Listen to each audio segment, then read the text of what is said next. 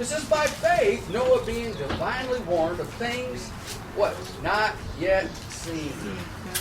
He hadn't seen any of these things of what God told him. He was moved with godly fear, prepared an ark for the saving of his household. So he stepped out by faith. Here God says, I'm going to send a flood. He didn't know what a flood was. He didn't know what all these things were. And yet he's supposed to build a huge ark, a huge boat. And of course they ridiculed him. They made fun of him.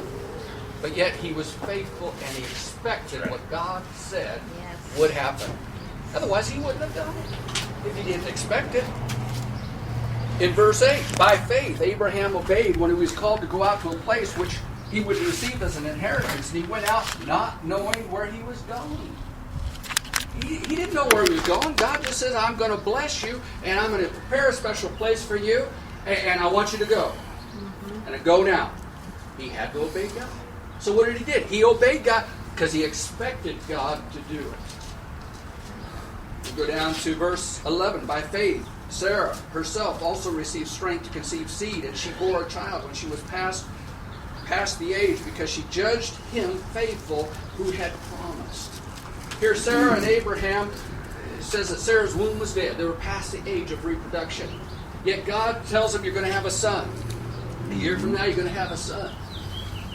Of course, we know that she laughed at first, just like probably most of us did. Oh, how's that going to happen? God said, no, we don't do that. We don't laugh at me. But yet she believed. She trusted God. And think about this. Abraham had to go along with this. I mean, by faith, without faith, works is dead.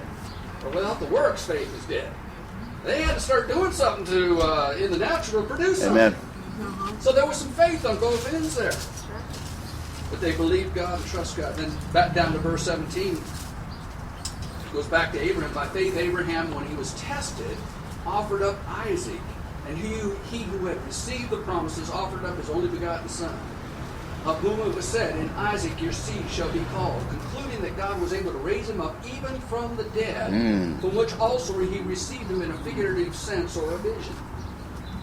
In other words, here God had promised a son. They received the son. Yet now, years later, God says, I want you to sacrifice your son. Now it says, by faith, Abraham, when he was tested. Some people think God doesn't test us. He doesn't test us with evil. He tests us by asking us to do something to see if we're obedient. Amen. That's right. And Abraham, even in this, he says, if I have to sacrifice my son, God will raise him up because he was the seed. Yes. He was the promise. And as he raised up the knife, what had happened? God says, stop. I have a ram over here in the bushes caught for the sacrifice. He just wanted to make sure Abraham was obedient. Yes. If God asks you to do something, are you obedient? Are you expecting God to move in that situation, to move in your life? That's the key to this thing, is to expect it. To expect God to move in your life. Now, if you would, since we're in Hebrews here, turn over to Hebrews chapter 4. Because God isn't looking for an expectancy that's just kind of, well, I'll try it. I mean, like I say,